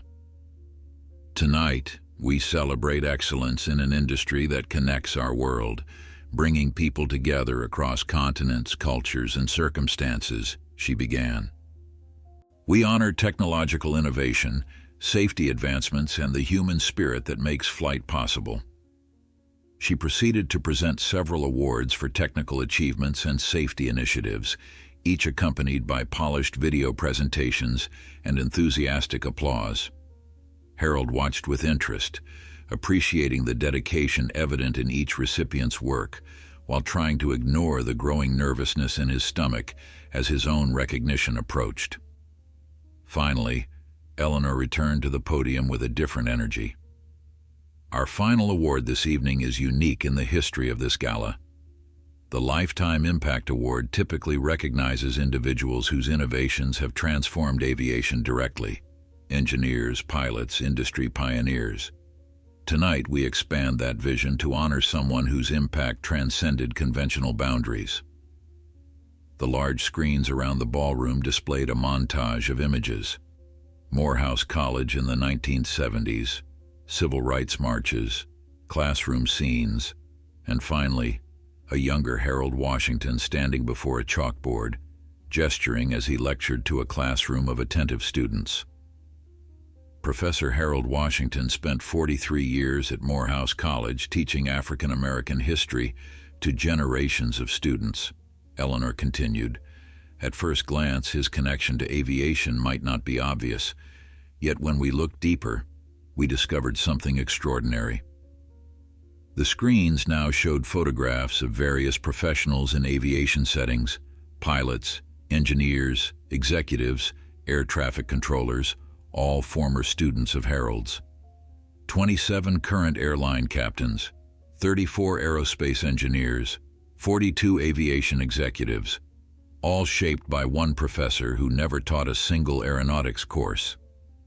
A murmur of appreciation rippled through the audience. Harold stared at the screens in disbelief, recognizing some faces while others had changed too much with time. But numbers tell only part of the story, Eleanor continued. To understand the true impact of Professor Washington's teaching, I'd like to invite someone special to continue the presentation. Someone whose life was profoundly shaped by the lessons he learned in a history classroom far from any runway. She gestured toward the side of the stage. Ladies and gentlemen, please welcome Captain Michael Chen.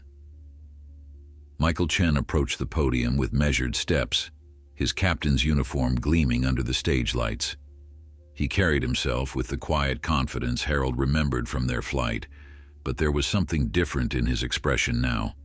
A vulnerability, a glimpse of the young student he had once been. Thank you, Eleanor, Michael began, his voice steady yet tinged with emotion. When I was 18 years old, I walked into Professor Washington's Introduction to African American History class with one goal: to fulfill a humanities requirement as painlessly as possible. A knowing chuckle rippled through the audience. I was a scholarship student, the son of Chinese immigrants, with my sights set firmly on the sky. History seemed irrelevant to my ambitions. I couldn't have been more wrong. Michael paused, glancing toward Harold. By the third week, I was sitting in the front row instead of hiding in the back. By midterm, I was leading class discussions. By finals, I was seriously considering changing my major. He smiled at the memory. I didn't change my major. Aviation was still my dream. But I did change. Professor Washington taught me that history isn't just about dates and events. It's about people making choices, often under impossible circumstances. It's about understanding why we are where we are, and how we might imagine a different future. The screens displayed a black and white photograph of the Tuskegee Airmen standing beside their planes. In Professor Washington's class, I learned about the Tuskegee Airmen, black pilots who fought for a country that didn't yet recognize their full humanity, men who faced discrimination on the ground but found equality in the sky. Professor Washington didn't just teach us their achievements. He challenged us to consider what their example meant for our own lives. Michael's voice grew more passionate. When I entered flight school, I carried those lessons with me. When I joined the Air Force, they guided my leadership. And on a routine flight from Atlanta to San Francisco 3 days ago, they came full circle in a way I could never have imagined. He recounted the incident on the plane, describing the confrontation over seating and his decision to personally intervene. His telling was respectful, avoiding any direct criticism of Diane while emphasizing Harold's dignity throughout the encounter. What most passengers didn't know, what I myself didn't realize until I checked the manifest, was that the elderly gentleman being asked to move was none other than the professor whose teachings had shaped my entire approach to leadership and service. There were murmurs of appreciation from the audience. At the Keller's table, Diane lowered her eyes, but her expression showed reflection rather than shame. That moment crystallized something I've known but couldn't articulate for 25 years. Professor Washington didn't just teach history, he taught humanity. He taught us to see the dignity in every person, to understand that respect isn't earned through status but inherent in our shared existence. Michael gestured toward the screens, which now displayed photographs of aviation professionals of diverse backgrounds, all former students of Harold's. I'm just one of hundreds whose careers were shaped by Professor Washington's teaching. We fly planes, design aerospace systems, and lead aviation companies around the world. But more importantly, we carry his lessons into every interaction, every decision, every moment when someone's dignity is at stake. He turned to face Harold directly, speaking now to his former professor rather than the audience. You taught us to recognize the humanity in historical figures who'd been flattened into mere symbols. You showed us how to analyze complex situations with both intellectual rigor and moral clarity. You demonstrated through your own example how to stand firm in your principles while remaining open to growth and change. Michael's voice softened. My father, who passed away last year, often said that the most important education happens when a great teacher recognizes something in a student that the student doesn't yet see in themselves. You did that for me, Professor Washington. You did that for all of us. He turned back to the audience. That's why we're honoring Professor Harold Washington tonight with the Lifetime Impact Award. Not because he directly contributed to aviation technology or policy, but because he helped shape the character of those who did. His classroom extended far beyond Morehouse College, into cockpits and control towers, engineering labs and boardrooms, and most recently, into the cabin of Flight 2187. Michael reached beneath the podium and produced an exquisite crystal award, etched with Harold's name. Professor Washington, on behalf of all your former students in the aviation industry, and in memory of my father who considered your class the most transformative experience of his college education, I am honored to present you with this year's Lifetime Impact Award. The audience rose in a standing ovation as Harold made his way to the stage, supported by Lydia's steady hand on his arm. The applause continued as he embraced Michael, both men visibly moved by the moment. When Harold finally turned to face the audience, the room gradually quieted, everyone eager to hear from the man whose influence had brought them together. Harold adjusted the microphone, took a deep breath, and began to speak. I'm not accustomed to being at a loss for words, he said, prompting gentle laughter from the crowd. As my former students can attest, brevity was never my strong suit in the classroom. He glanced down at the award in his hands, its crystal facets catching the light. This recognition is deeply humbling, particularly because it comes as such a surprise. I never imagined that teaching African American history would someday lead to an aviation award. Life takes us on unexpected journeys. Harold looked out at the sea of faces before him. Captain Chen spoke of the Tuskegee Airmen, whose courage opened doors in aviation that had previously been closed. I had the privilege of meeting several of these remarkable men during my career. One of them told me something I never forgot. He said, "When I'm in the sky, there are no color lines. The air doesn't care who's controlling the plane, only that they know what they're doing." Harold smiled at the memory. I've thought about that often, how certain environments strip away the artificial barriers we create between us. How excellence speaks for itself, if only we're willing to listen. He gestured toward Michael. When Captain Chen was my student, I knew he was destined for significant achievement. What I couldn't have known was that our paths would cross again in such a meaningful way, or that he would remember lessons from a history class while commanding an aircraft 25 years later. Harold's voice grew more reflective.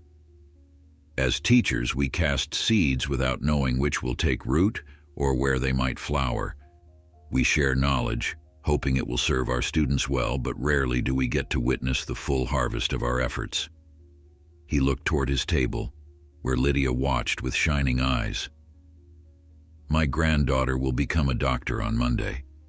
Like many in her generation, she sometimes questions whether small actions can truly make a difference in a world facing such enormous challenges. What I've experienced these past few days is a powerful reminder that they can, that they do. Harold turned back to the audience, his voice strengthening. The incident Captain Chen described on that flight, it wasn't exceptional. Throughout my life, I've faced countless moments where my dignity was challenged, where I was expected to yield, to make myself smaller for someone else's comfort. Many of you know these moments too, especially those who've navigated spaces where you were the first or the only. He paused, his gaze moving deliberately across the room. What was exceptional was having someone in a position of authority recognize that moment for what it was and respond with moral clarity. Captain Chen didn't just enforce a seating policy, he affirmed a fundamental principle that everyone deserves to be treated with dignity, regardless of their age, race, or status. Harold gestured toward the Kellers' table. And something equally remarkable happened afterward. The person who initially demanded my seat found the courage to reflect on her actions and apologize, not because she was forced to, but because she chose to. She then went on to show extraordinary kindness to a young woman in medical distress. People can change, can grow, if we create the space for that growth. Diane looked up, meeting Harold's gaze with quiet gratitude. That's what education at its best accomplishes, Harold continued. Not just the transmission of facts or skills, but the cultivation of character, the capacity to recognize our shared humanity across all the lines that might divide us. He lifted the award slightly. I accept this honor with profound gratitude, not just for myself, but for all the teachers who may never know the full impact of their work. For those who plant seeds of knowledge and character without witnessing the harvest. For those who believe, as I do, that education is the most powerful tool we have for building a more just and compassionate world. Harold's voice softened to its classroom tone, intimate yet clear. In my 43 years of teaching, I often told my students that history isn't just something that happened in the past. It's something we're making every day with our choices and actions. What happened on that flight? What's happening in this room tonight? This too is history in the making. This too is part of our shared story. He placed his hand over his heart, a gesture both solemn and hopeful.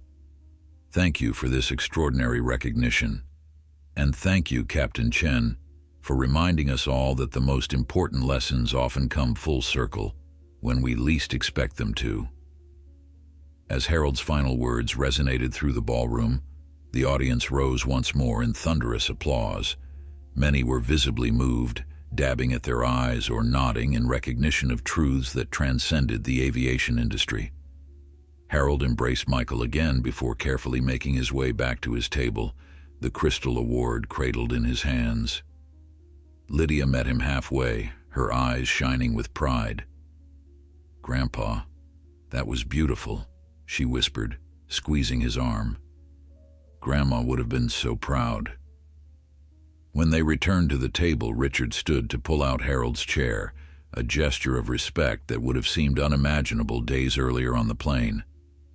"That speech should be required listening for every corporate leadership program in America," he said sincerely. Diane, who had remained unusually quiet throughout the evening, finally spoke. "Professor Washington, Harold, thank you for what you said about me in your speech. You could have easily portrayed me as the villain in that story, and no one would have blamed you." "That wouldn't have served any purpose," Harold replied gently. "And it wouldn't have acknowledged your capacity for growth, which is what education is all about." "Still, I'm grateful," she said, her usual confident demeanor softened by genuine reflection. "I've been thinking a lot about why I behaved that way on the plane, about patterns I've developed over the years that I never questioned.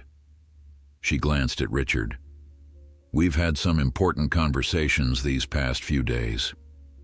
The remainder of the evening passed pleasantly, with various industry leaders stopping by their table to congratulate Harold and share stories of how his former students had impacted aviation.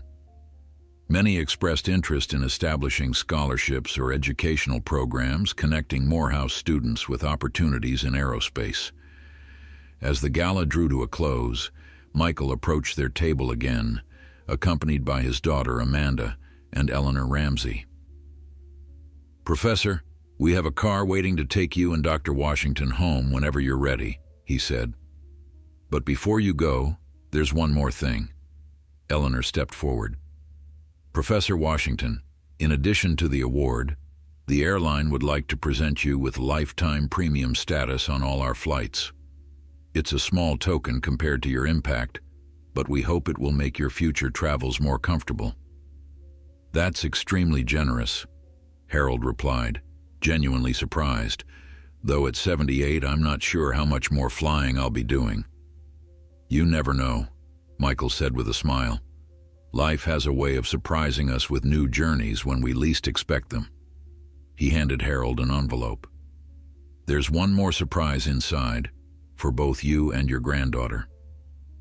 Harold opened it to find 2 first-class tickets from San Francisco to Atlanta, dated for the Tuesday after Lydia's graduation.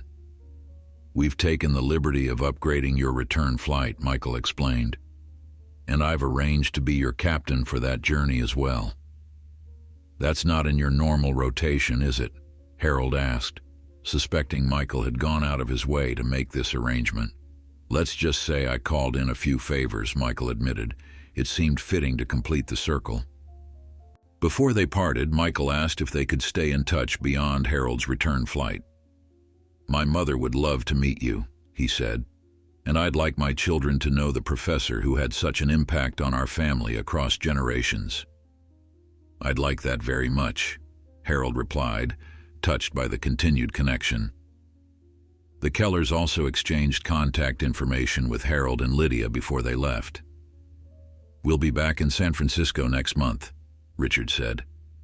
"Perhaps we could have dinner."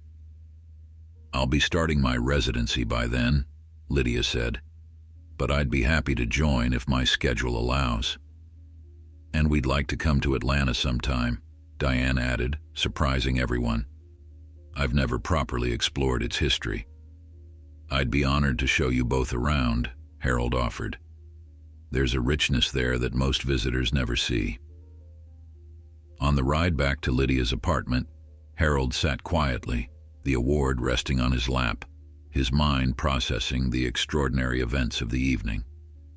He had come to San Francisco expecting a simple family celebration of his granddaughter's achievement.